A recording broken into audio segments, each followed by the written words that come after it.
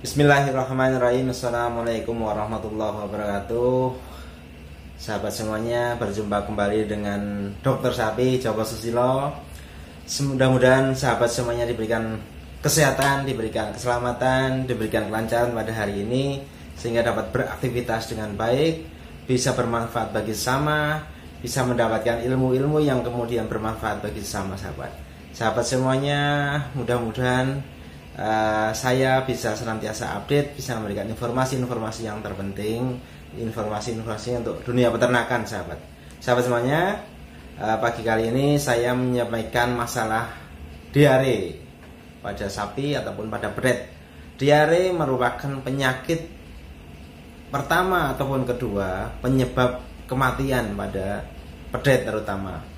Nah, tingkat penanganannya juga berbeda-beda. Mungkin pengalaman teman-teman sejawat dokter hewan di lapangan ataupun petugas-petugas kesehatan di lapangan ini berbeda-beda. Ada yang penanganannya gampang, ada penanganannya yang susah. Namun saya bercerita salah satunya ada penanganan bedet ketika ada di suatu perusahaan atau di populasi yang besar sekalian. Ini ada hal yang lebih komplit lagi, lebih kompleks lagi terkait itu. Nah, bahwa bedet diare ini disebabkan karena faktor non-infeksius dan faktor infeksius. Faktor infeksius sendiri ada penyakit karena virus, karena bakterial, karena parasiter. Parasit ini ada parasit gastrointestinal, ada protozoa seperti Coccidia, kemudian Cryptosporidia. Nah, ini hal-hal yang harus kita ketahui dengan pasti, sehingga penanganannya pun efektif. Seperti apa gitu. Jadi ketika disebabkan oleh virus, maka kita antisipasinya adalah virusnya. Ketika bakterial, kita kasih antibiotik. Ketika memang karena parasit, kita berikan antiparasitnya. Nah, sahabat, ikuti terus trik-trik saya, ikuti terus pengalaman-pengalaman saya dengan dalam video berikut ini.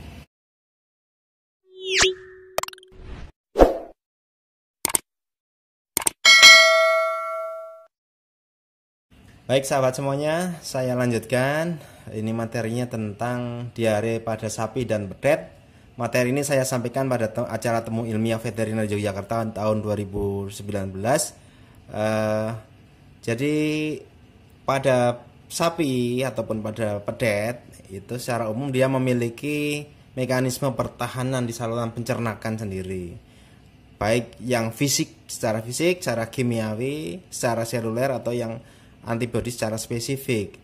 Secara fisik, semua yang masuk ke dalam oral, masuk ke dalam mulut, ini akan dilakukan mastikasi, akan dikunyah, kemudian akan remastikasi, regurgitasi, dan segala macam. Ini adalah upaya-upaya fisik untuk menghalau adanya agen-agen penyebab diare masuk ke saluran pencernaan. Nah, dikurangi ukurannya melalui mastikasi, remastikasi, seperti itu sahabat ya. Kemudian melalui kimiawi, ini ada namanya saliva yang kita tahu sebagai buffer, ada asam yang ada di lambung, kemudian ada enzim, kemudian ada mukus, ada cairan empedu. Ini adalah upaya-upaya secara kimiawi tubuh dari sapi untuk menghalau bentuk-bentuk antigen atau bentuk-bentuk penyakit yang akan masuk ke dalam saluran pencernaan.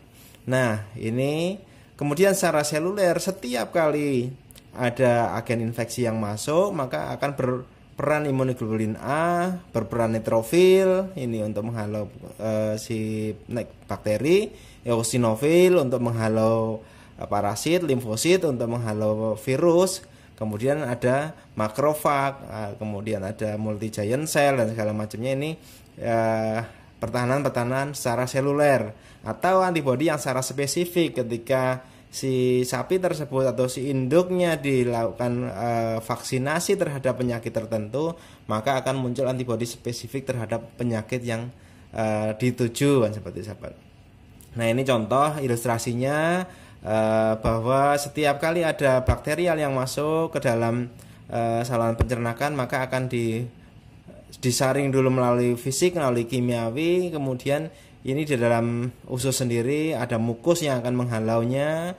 Kemudian sebelum masuk ke lapisan yang lebih dalam lagi akan ada pola-pola pertahanan yang lain seperti imunoglobulin A, kemudian di payer basis ada limfosit dan segala macamnya sahabat. Jadi pertahanannya sebenarnya sudah komplit sekali, ada self cure, ada pertahanan diri, ada penyembuhan diri kan seperti itu. Nah, ini juga sama, bakteri masuk kemudian akan difagositosis di mucus layer, kemudian ada dikeluarkan dendritic cell, limfosit, makrofag. Di dalam makrofag nanti akan difagositosis, diluluh lantahkan, dihancurkan si bakteri tersebut. Nah, tetapi ada beberapa bakteri-bakteri, ada beberapa agen-agen penyebab diare ini, menyebab gangguan di saluran pencernaan, ini bisa lolos dari semua pertahanan tubuh, dari fisik, kimiawi ataupun enzimatis dan seperti itu. Nah, kemudian kalau dia lolos dari semuanya itu, dia akan melakukan multiplikasi, memperbanyak diri, kan merusak sel-sel yang ada di dalam jaringan yang ada di dalam usus atau dalam saluran pencernaan sahabat. Nah, contoh Salmonella juga mengalami hal yang sama, prosesnya seperti itu. Nah, sahabat semuanya, penyakit apa yang menyebabkan diare? Kita kenal ada BVD, ada coronavirus. Nah, coronavirus ini sebelum ke manusia sudah lama sekali dideteksi di sapi, bahkan di musim dingin itu banyak juga kejadiannya meningkat di Jepang seperti itu. Kemudian rotavirus ini kekerdilan, atau yang kemarin saya sampaikan tentang Ionis disease atau Mycobacterium paratuberculosis, Salmonella, necrotizing enterocolitis, ada coliform dan Clostridium perfringens. Kemudian Jembrana kalau yang kemarin juga saya sampaikan. Nah, Colibacillosis ini E. coli atau coliform. Kemudian ada juga karena jamur Cryptosporidia yang banyak ditemukan di air-air kotor di sungai. Koksidiosis kita juga sering ketemu. Kemudian ada karena nematoda atau cacing gastrointestinal di usus. Kemudian yang non infeksius ada pakan rumput yang muda, kemudian protein tinggi ataupun kejadian asidosis sahabat. Nah, ini contoh yang ada di lapangan feses. Di kelompok feses ini kelihatan ada cacing dewasa yang jatuh seperti ini. Maka ini salah satu identifikasi bahwa diarenya kemungkinan besar karena ada penyebab cacingnya. Nah, kemudian sahabat semuanya, kalau pengen lebih detail lagi ketika memang penanganan diarenya agak mengalami kendala, maka kita harus identifikasi satu persatu. Ketika memang dia diare, kita ambil fesesnya, kita lakukan uji mikroskopik sederhana saja. Dengan natif aja sudah kelihatan apa bentuknya, apakah cacing, kemudian apakah koksidiosis, apakah Cryptosporidia, atau di dalam mikroskop pun perbesaran 400 atau perbesaran 1000 ini bisa kelihatan jenis bakterinya, biasanya kelihatan. Nah, biasanya apakah ada infeksi sekunder. Jadi ketika ada infeksi sekunder antara cacing kemudian bakterial, maka kita bisa kendalikan dua-duanya, berikan obat cacing dan juga berikan antibiotiknya gitu sahabat. Nah, ini contoh beberapa kasus berak darah yang kita buka, di dalamnya adalah Oocysta coccidiosis atau Emeria. Nah, ini sahabat, jadi kalau sapi kandangnya memang harus bersih. Kalau tidak bersih apa? Ketika kandang tidak bersih, induknya dia duduk di lingkungan kotor, si puting ini nempel di area yang kotor, maka ketika pedet nyusu ke induknya, ke puting induknya, maka dia akan mendapatkan air susu bonus kuman-kumannya sehingga menyebabkan diare ya sahabat. Ini harus bersih, harus kering dan harus nyaman, dan seperti itu yang kemarin saya sampaikan. Nah, saya beberapa kali nulis tentang diare ini karena cukup banyak kejadiannya. Di 2016 saya nulis tentang E. coli. Kemudian di 2017 saya juga menulis tentang coli septisemia, judulnya ekstrim, pisau tajam bagi pedet ini, karena memang efeknya luar biasa sahabat. Kemudian 2016 juga saya nulis lagi infeksi Escherichia coli, bahwa E. coli juga macam ragamnya banyak sekali, genotipenya atau fenotipenya. Jadi ada E. coli, APEC, AHEC gitu. Banyak sekali macamnya sehingga memang harus kita pahami sahabat. Nah, coli septisemia. Nah, ini contoh pedet yang mengalami diare dengan yellowish warnanya kekuningan, watery yellowish bahasa Inggrisnya seperti itu. Jadi warna kekuningan dan berair seperti itu. Ini menciri sekali ke E. coli ya sahabat semuanya, menciri sekali ke E. coli. Nah, ketika ini pedet mati karena penanganannya berkali-kali kurang tidak sembuh, tidak efektif, maka kita buka. Nah, di dalam ususnya terlihat warna kuning seperti ini. Kemudian kita cek di laboratorium atau dicek di mikroskop saja. Ini kita ambil fesesnya yang ini, ternyata kolinya luar biasa. Koli-koli yang patogen sahabat, ini seperti ini. Nah, ini Coccidiosis. Kita ambil sampel jaringannya, kita buat histopatologi. Ini kelihatan banyak sekali. Ini koli-kolinya, ini koli hampir merata menyebabkan kerusakan di ususnya, sehingga efektivitas penyerapan nutrisinya menjadi berkurang atau terjadi gangguan yang luar biasa. Dan ini ketika terjadi di sepanjang usus, maka kita bayangkan dia akan mengganggu sekali proses pencernaan. Nah, ini contoh koli-kolinya kita perbesar. Ini ada di sini di seluruh permukaan mukosa dari usus seperti ini. Cantik banget ini sahabat ya. Nah, sahabat semuanya, koli jangan main-main dengan koli karena dia bisa menyebabkan septisemia, sepsis, bisa ke seluruh tubuh. Bahkan bisa menyebabkan kebutaan pada pedet. Kemudian bisa menyebabkan sampai sepsis pada otak sahabat. Kalau sepsis pada otak, mungkin ada pedet-pedet yang lahir dengan gejala saraf, dia muter-muter atau ayan kalau bahasa Jawanya ayan seperti itu. Kemudian kepalanya kadang dibanting-banting sendiri atau muter kanan muter kiri. Ini buta. Ini salah satu bentuk dari koliseptisemia. Nah, ini sampai ke otak. Kemudian dia kalau kita buka lagi ada cairan hidroperikardium. Paru-parunya juga sudah terinfeksi. Kemudian hampir seluruhnya ini di diafragmanya sampai terjadi perlekatan antara paru-paru dengan flank. Nah, ini paru-parunya juga sudah seperti ini bentuknya, sudah sepsis. Kita lihat lagi sampai terbentuk fibrin juga. Nah, ini sampai ke organ-organ lain termasuk hati dan segala macam terinfeksi. Ini karena parahnya bentuk sepsis ini. Nah, hati-hati juga sahabat semuanya pada saat pemasangan eartag atau pada saat kondisi hujan, becek, karena luka yang ada di kaki, luka yang ada di kulit, luka yang ada di telinga dan sebagainya, ini bisa menjadi salah satu agen masuknya si koli masuk ke dalam tubuh menjadi sepsis sahabat. Ini contohnya pedet tersebut. Kemudian kita buka, ternyata sampai terjadi pipis berdarah. Nah, ini vesika urinarinya berisinya darah semuanya.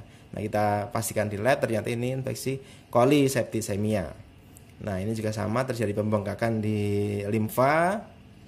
Nah, sahabat semuanya, di 2016 saya juga nulis tentang Salmonella Dublin. Ini salah satu yang harus kita ketahui juga, selain E. coli atau bakteri-bakteri gram negatif lainnya, Salmonella ini juga menyebabkan kerugian yang cukup besar karena penyebab diare, kan seperti itu.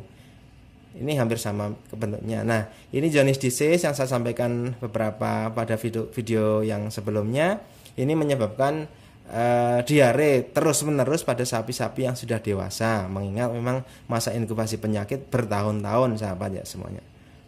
Nah, ini diarenya terus-menerus, kemudian sapinya menjadi kurus, sudah saya sampaikan di video sebelumnya. Nah, ini juga saya nulis 2014 ada kematian cukup banyak sapi, kemudian kita bedah koksidiosis ternyata sahabat. Kita cek sapi-sapi yang awalnya sehat, kemudian hanya beberapa hari saja kemudian mati, kemudian kita ambil fesesnya semuanya, ternyata koksidiosisnya merajalela di kandang tersebut, maka penanganannya kita harus segera lakukan pemberian koksidiostat atau koksidiosit. Nah, koksidiosis ini memang secara umum ditandai dengan berak darah, tetapi tidak seluruhnya koksidiosis itu sampai menunjukkan berak darah. Biasanya kalau sudah berak darah, ini sudah berteman dengan Clostridium perfringens sahabat ya. Ini di mikroskopiknya kelihatan sekali buahnya, sehingga sudah berdarah merah, sudah berak berdarah, kita cek fesesnya dalam mikroskop pun warnanya merah seperti ini, dan kita lihat banyak sekali ookista dari Coccidia. Nah, di Gambaran dari histopatologinya pun kita bisa lihat di sini. Ini oogista, ini oogista, oogista. Cukup banyak terlihat. Ini juga oogista, oogista. Sahabat. Kemudian biasanya 11-12 Emiria atau koksidiosis pada sapi ataupun pada unggas ini berteman dengan Clostridium perfringens. Ini kita akan lihat bentuk-bentuk bakteri gram-gram positif berbentuk batang, yaitu Clostridium perfringens, atau kalau pada unggas namanya necrotic enteritis. Hampir sama juga pada sapi.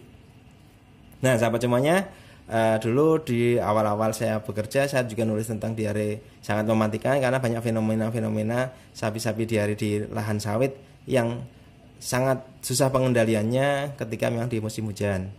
Nah, ini salah satunya juga penyebab diare adalah Cryptosporidium. Ini makhluk kecil banget, protozoa yang dia ada di sungai-sungai yang tercemar oleh kotoran kandang dan segala macamnya. Ketika diminum oleh pedet atau diminum oleh ternak bisa menyebabkan diare juga. Nah, sahabat semuanya, saya menemukan satu ekor pedet yang diarenya sudah warnanya kuning seperti ini, watery, becek, penuh air, kemudian warnanya kekuningan. Ini kita pastikan dia adalah E. coli, tapi begitu kita lakukan penanganan beberapa hari kemudian, infus dan segala macamnya, ternyata hasilnya tidak hanya E. coli saja, tapi terjadi adanya hairball, sahabat. Pengobatannya seperti apa? Tadi perlu penegasan diagnosa bahwa apa penyebab utama dari diare tersebut. Kalau penyebabnya adalah kita lihat di mikroskop adalah cacing, maka kita wajib pemberian obat cacing. Jangan semuanya langsung dihantam-hantam pakai antibiotik, sahabat semuanya. Karena kalau dia cacingan dihantam antibiotik ya nggak akan selesai, nggak akan sembuh diarenya. Begitu juga dengan koksidiosis. Kalau memang hasil di mikroskop kita adalah koksidiosis, kita hantam pakai antibiotik yang biasa kita pakai juga mungkin tidak akan mengalami kesembuhan. Nah, kalau dia infeksi E. coli, infeksi salmonella, Clostridium perfringens, ya mungkin kita pakai antibiotik. Sesuaikan dengan jenis antibiotiknya. Kalau dia E. coli, salmonella, pakai antibiotik yang efektif untuk gram negatif. Mungkin kalau yang Clostridium perfringens bisa pakai yang gram positif. Nah, kemudian kita akan lakukan penanganan selanjutnya dengan supportive terapi. Nah, kalau linpektin kita tahu dia efektif untuk penanganan diare, karena untuk pelapis usus, untuk recovery pada usus sendiri ketika memang terjadi kerusakan. Kalau linpektin kita pilihannya. Elektrolit kita gunakan untuk mengatasi kekurangan air, atau kekurangan air akibat diare ini ya. Jadi kita bantu dengan elektrolit. Elektrolit bisa tersedia murah, bisa tersedia. Biasanya kalau dikasih warna biasa tidak ada pewarnanya, kurang suka, tapi boleh juga kita berikan dengan yang pewarna hijau. Mungkin si pedet akan lebih suka dengan elektrolit yang ada pewarnanya. Kemudian zinc juga bisa membantu mempersehat saluran pencernaan, vitamin C juga. Kemudian kalau dia sudah mengalami lemah, kita bisa tambahkan dengan ATP. Nah, sahabat semuanya, yang perlu diingat ketika memang terjadi diare pada pedet, ini hati-hati, mohon untuk sementara tidak diberikan air susu dulu. Karena apa? Karena sapi-sapi yang diare ini konsentrasi infeksinya cukup tinggi, entah itu bakterial ataupun yang lainnya, sehingga ketika diminumkan air susu, ini menjadi lahan yang sangat efektif untuk perkembangan si bakteri. Jadi susu ini media nutrisi yang paling bagus, sekali untuk perkembangan bakteri atau kuman-kuman yang ada di dalam lambungnya ataupun dalam saluran pencernaan si pedet sendiri. Nah, kalau sudah kondisi sangat parah ya harus dilakukan intravena. Tetapi mohon Bapak Ibu semuanya ataupun peternak-peternak jangan sampai terjadi kondisinya kehabisan terkuras kondisi kekurangan air minumnya, kekurangan dehidrasinya sangat dalam, sehingga biasanya kondisi-kondisi dehidrasi yang sangat dalam dengan pertolongan infus intravena pun biasanya tidak terlalu memberikan pertolongan, sahabat. Jadi deteksi dini diare ini jauh lebih penting daripada sekedar penanganannya. Nah, ini contoh tadi yang berak warnanya kuning, kita lakukan infus. Hari itu juga dia berdiri lagi, kemudian dia sehat lagi, tetapi hari berikutnya kita ketemukan di dalam kondisi mati. Ternyata kita buka di dalamnya ada herbol sahabat semuanya. Nah, berak darah juga tidak harus koksidiosis. Biasanya berak darah yang kita tangani dengan obat-obat untuk koksidiosis tidak sembuh, biasanya itu merupakan ending dari herbol. Jadi herbol endingnya adalah berak darah, kebanyakan seperti itu ya sahabat. Nah, maka kita akan lakukan investigasi seperti apa. Jangan sampai kita menyediakan tempat air minum yang kotor buat induk ataupun buat anak. Karena ketika air minumnya kotor, diminum induk, dikonversikan ke dalam air susu, juga menjadi kuman-kuman yang banyak untuk pedetnya. Begitu juga kita harus sediakan lingkungan yang bersih, kering, yang seperti itu sahabat. Air minum penting sekali. Nah, harus kita investigasi, harus kita cek kualitasnya. Nah, contoh ini kita lakukan pengujian secara berkala kualitas air minumnya di tandon baru, di bak minum, di air sumurnya, bagaimana coliform dan colinya seperti apa. Nah, kita kendalikan. Kalau memang terdeteksi ada coliform ataupun coli yang positif, angkanya di atas ambang batas normalnya, maka kita lakukan usaha water treatment, macam-macam bentuk-bentuk water treatment. Nah, karena kita pahami bahwa E. coli ketika masuk dalam tubuh si pedet, ketika tidak langsung diberikan penanganan, ini akan menjadi septisemia, akan ke seluruh tubuh, ke seluruh organ. Ini sangat susah dikendalikan sahabat. Nah, ini uji sensitivitas bakteria juga kita penting lakukan. Kalau beberapa kali kita treatment tidak sembuh, bisa kita lakukan uji sensitivitas bakteria. Nah, ini penanganan pencegahan yang lainnya. Kemarin saya sudah jelaskan, penanganan tali pusar menjadi penting, salah satu penyebab dari diare. Kemudian lindungi pedet kita dengan pemberian kolostrum yang bagus, minimal 10% sampai 15% dari berat badan si pedet. Ini membantu daya tahan tubuh secara